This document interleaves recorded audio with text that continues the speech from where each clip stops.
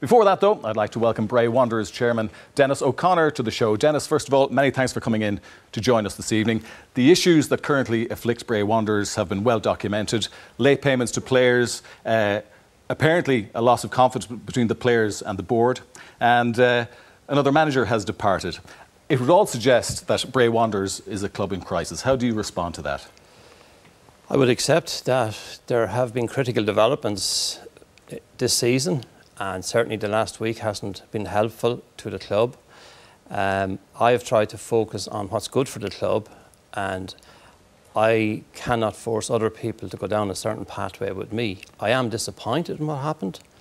I believe we'll have it all resolved in the next few days, and I believe that we should get back to running the club, get a manager in who runs the team, and get the team to deal with that manager, and let's put all this other stuff aside. Everyone has a job to do. There appears to be, from what we know, issues with regard to the finances within the club. Are you confident that Bray Wanderers have the financial structure to be in the League of Ireland?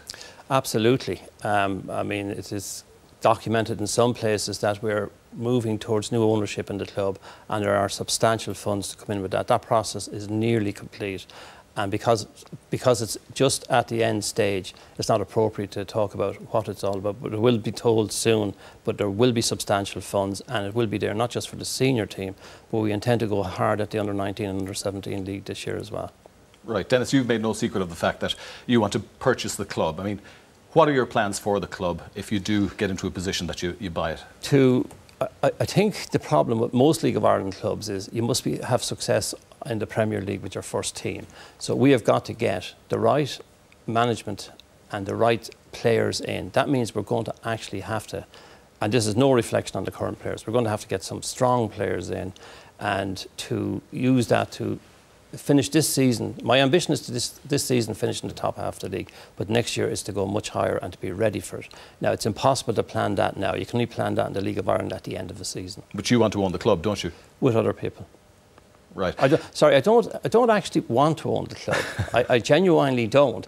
I want actually the club to be successful, and I want it to get successful at community level. And that sounds a real throwaway remark, but I have developed a really good relationship with a local club, Ardmore Rovers Football Club, with a local youth club. I want that to develop into something different. So it's not just about first team football, it's about everything else that goes with it. What about the Carlisle Grounds? What sort of plans do you have for that? The story of the Carlisle Grounds and this continuous development thing is an absolute farce, right?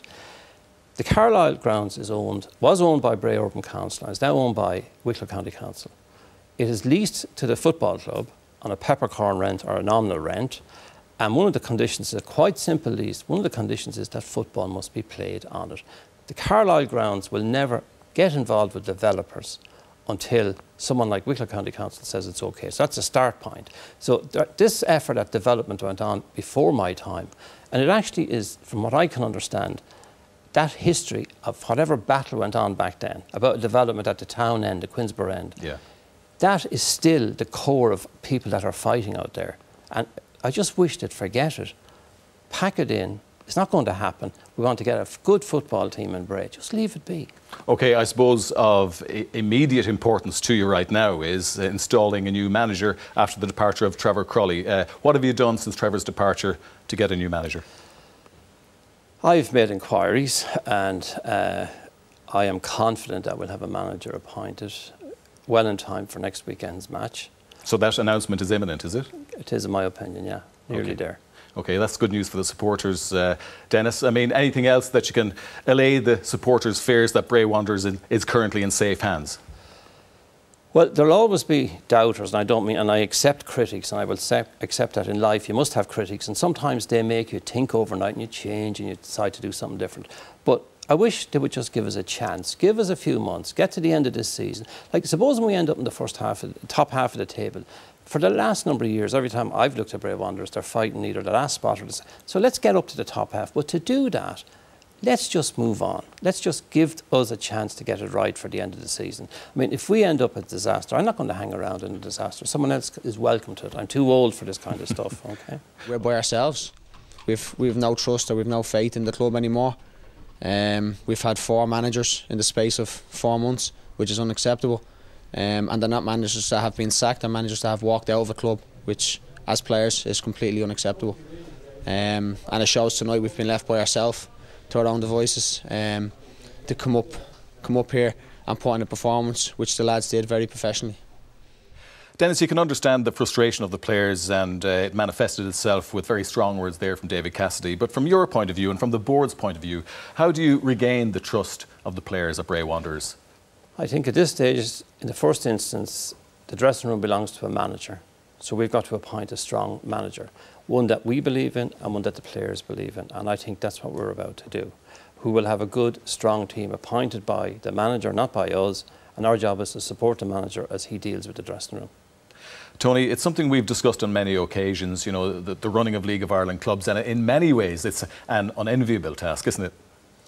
Yeah, I mean, I'm surprised by the, I guess, the emotion in the players' views and the statements that have come out, and even hearing David Cassidy speak there. For what has been reported as, you know, 3 payments that were a day late, it strikes me that this is a very serious and emotional conversation, particularly of the view that, you know, players may walk away from the club.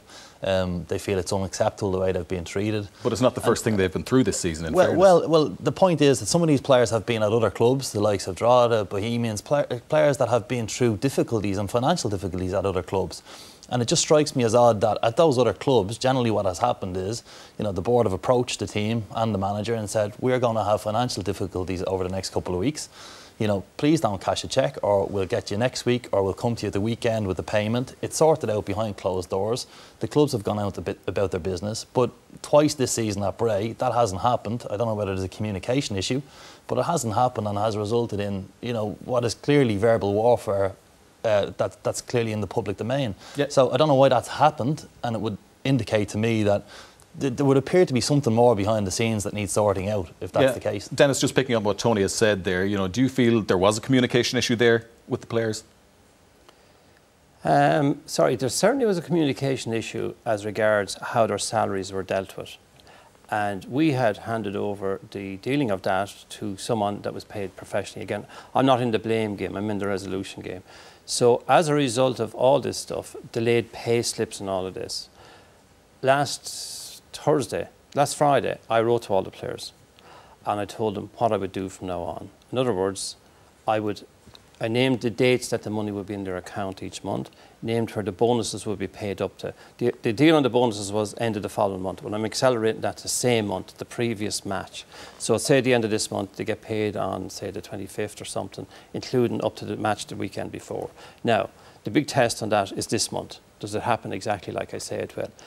It was really administrative stuff that caused this problem. Right. And that annoys me. I mean, my background is to be organised, but there are so many things you can do in a day, and that's it. But I've actually written them down in my diary. They're going to happen. Okay, Dave, you've been monitoring it like everybody else. So what have you made of the situation? Well, the only thing that would worry me, you know, is that you look at Alan Matthews, you know, Trevor Crowley going in there. These men are very experienced in the League of Ireland. You're looking for Denis is saying a very strong man to go in there. But these boys have great reputations going in there, and it didn't work out. The two of them really walked away from the club. And for me as well, when you see David Cassidy, who I admire over the last number of years, I've never seen him come out ever and criticise anybody. And to see a pro like him coming out and having a go at the club, you know, it's very hard for us sitting here. I've only met Denis, you know, 10 seconds ago, and you know, it's a situation where I hope it won't drag on. I hope things are done properly. Me down in Cork City, a lot of things were done poorly. They got a lot of promises. I just hope that these promises are fulfilled, you know. Denis, a final word to you. That actually is the problem. I mean, I need a bit of time and space here to prove it, but my background is and has been, I've been involved in sports. I've delivered what I've said. There has been a glitch in Bray. I will fix it, and that's it. I have no doubt in my mind about that. And okay, I might have to earn the players' trust through the new manager, and it will be through the manager, not directly. So be it. OK, Denis, well, we certainly wish you and Bray Wanderers the best of luck for the rest of the season. And my thanks to Denis for joining us on Soccer Republic tonight. But